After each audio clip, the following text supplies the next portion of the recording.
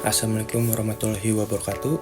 Perkenalkan, nama saya Nijar Fajar Evanial dengan NPM 22.291. Di sini saya akan memenuhi tugas ataupun ujian akhir semester saya, mata kuliah metode dan teknik penyelesaian sengketa.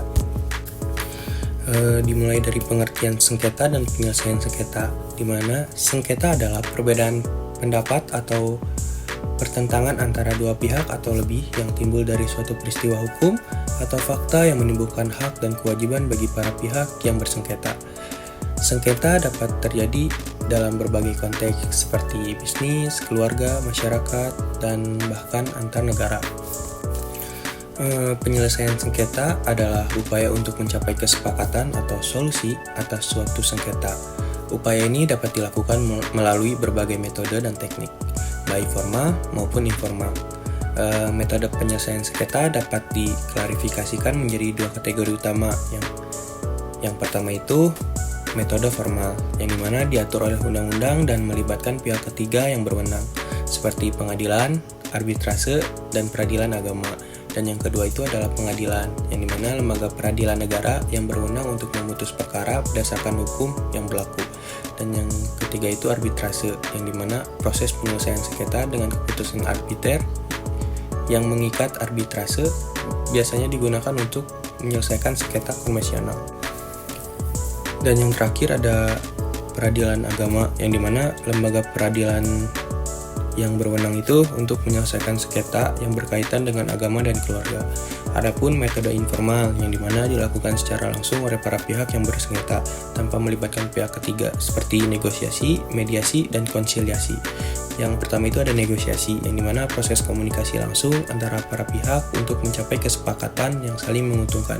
Dan yang kedua ada mediasi, yang dimana proses penyelesaian sengketa itu dengan bantuan mediator untuk mencapai kesepakatan yang saling menguntungkan. Mediator adalah pihak netral yang membantu para pihak untuk berkomunikasi dan menemukan solusi bersama.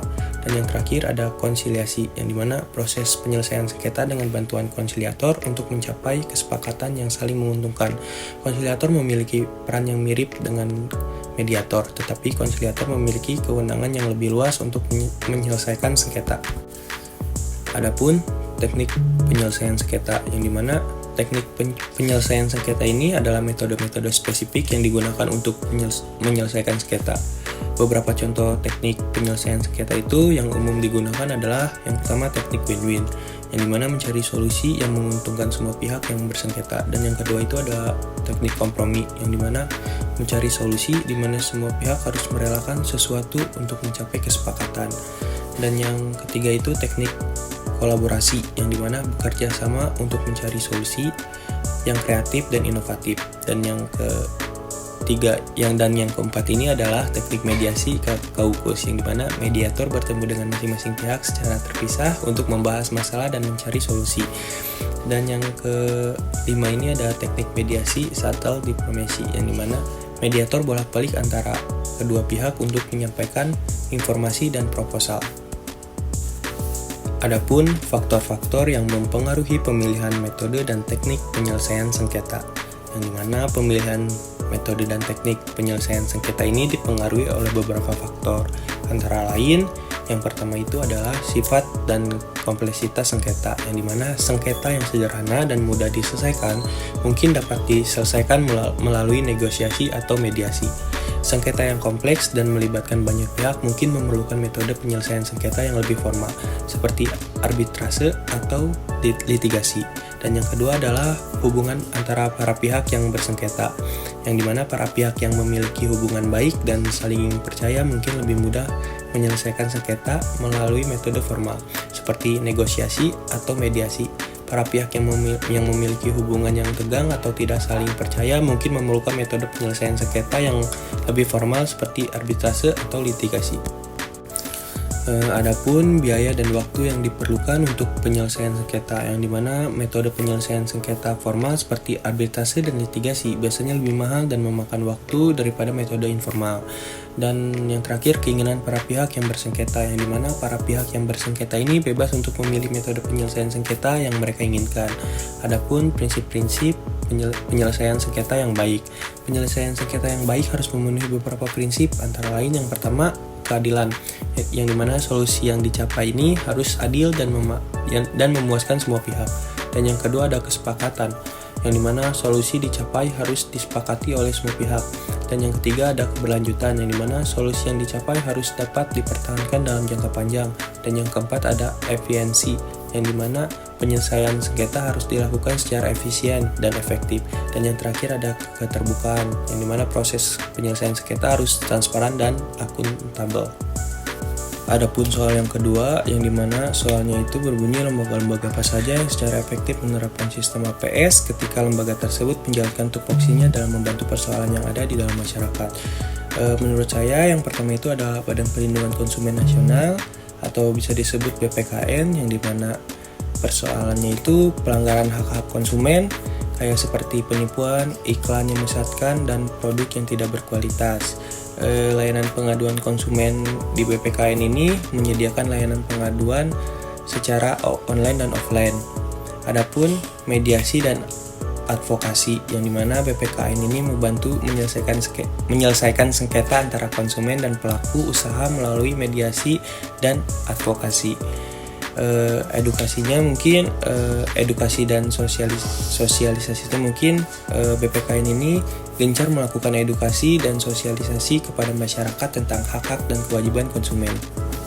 Adapun yang kedua yaitu Dinas Ketenagakerjaan atau bisa disebut Disnaker, yang dimana persoalannya itu pelanggaran hak-hak pekerja seperti upah yang tidak dibayarkan, jam kerja yang berlebihan, dan PHK yang tidak sesuai dengan ketentuan. Pelayanan online-nya itu Disnaker menyediakan layanan online untuk pendaftaran perusahaan, pengaduan pekerja, dan penyelesaian perselisihan hubungan kerja. Adapun pengawasan dan penindakan, di mana Disnaker melakukan pengawasan terhadap perusahaan untuk memastikan kepatuhan terhadap ketentuan ketenagakerjaan dan menindak tegas para pelanggar.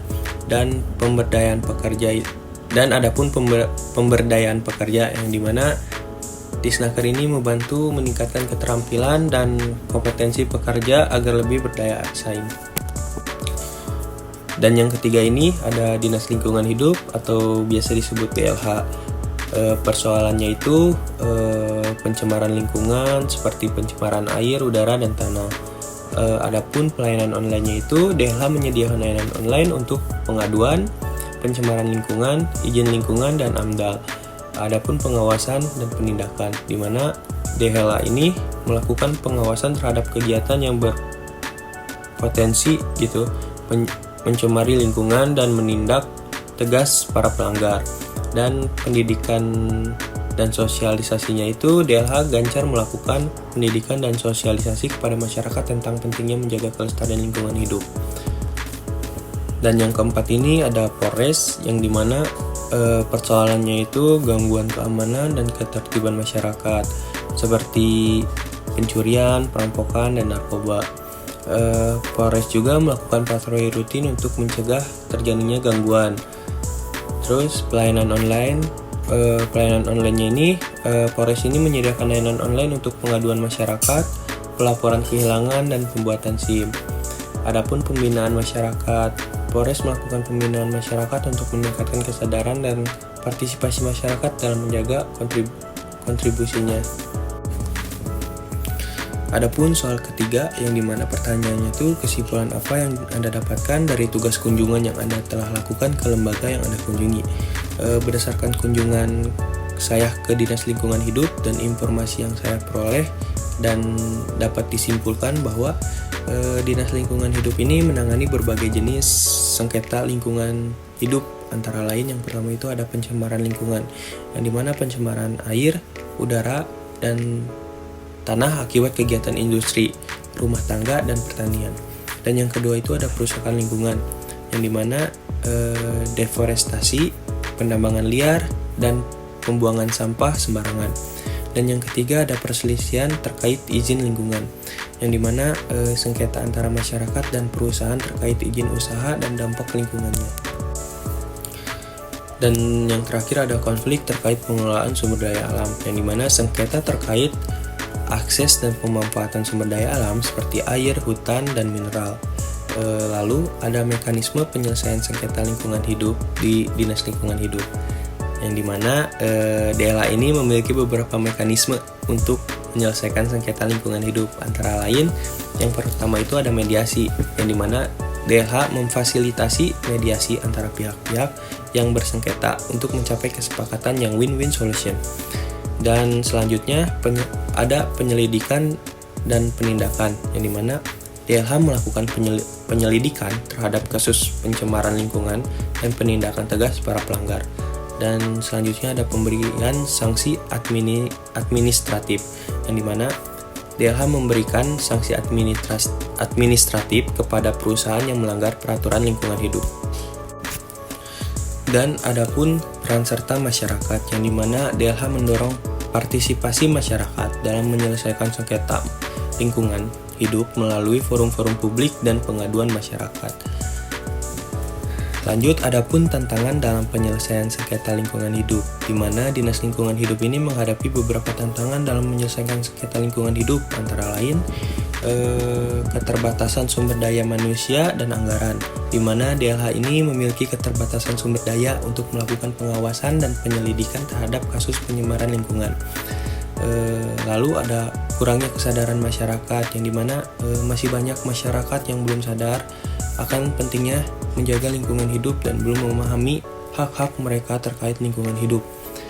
Dan adapun tekanan dari pihak industri, yang dimana terkadang ada tekanan dari pihak industri yang ingin menyelesaikan sengketa dengan cepat dan murah tanpa mempertimbangkan dampak lingkungannya.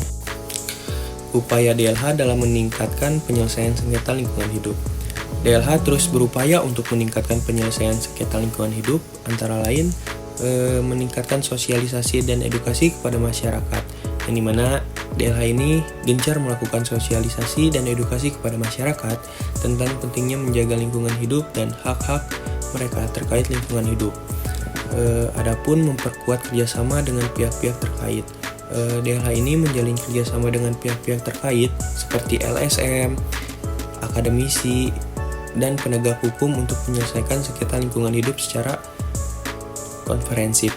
Dan adapun memanfaatkan teknologi informasi, yang dimana DLH memanfaatkan teknologi informasi untuk meningkatkan pelayanan kepada masyarakat seperti layanan pengaduan online dan sistem monitoring pencemaran lingkungan.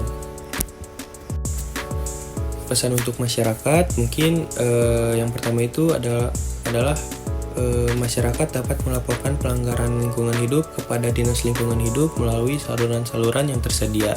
Adapun berpartisipasi dalam penyelesaian sengketa. Masyarakat dapat berpartisipasi dalam penyelesaian sengketa lingkungan hidup melalui forum-forum publik dan pengaduan masyarakat. Lalu menjaga kelestarian lingkungan hidup. Masyarakat juga dapat menjaga kelestarian lingkungan hidup dengan melakukan hal-hal sederhana seperti mengurangi sampah, menggunakan transportasi ramah lingkungan, dan tidak membakar sampah. Kesimpulannya mungkin Dinas Lingkungan Hidup ini berperan penting dalam menyelesaikan sengketa lingkungan hidup dan menjaga kelestarian lingkungan hidup. Namun, Dinas Lingkungan Hidup masih menghadapi beberapa tantangan dalam menyelesaikan sengketa lingkungan hidup. Masyarakat juga perlu berperan aktif dalam mendukung upaya Dinas Lingkungan Hidup untuk menyelesaikan sengketa lingkungan hidup dan menjaga kelestarian lingkungan hidup. Mungkin sekian dari saya, mohon maaf jika ada kekurangan kata atau kesalahan kata. Wassalamualaikum warahmatullahi wabarakatuh.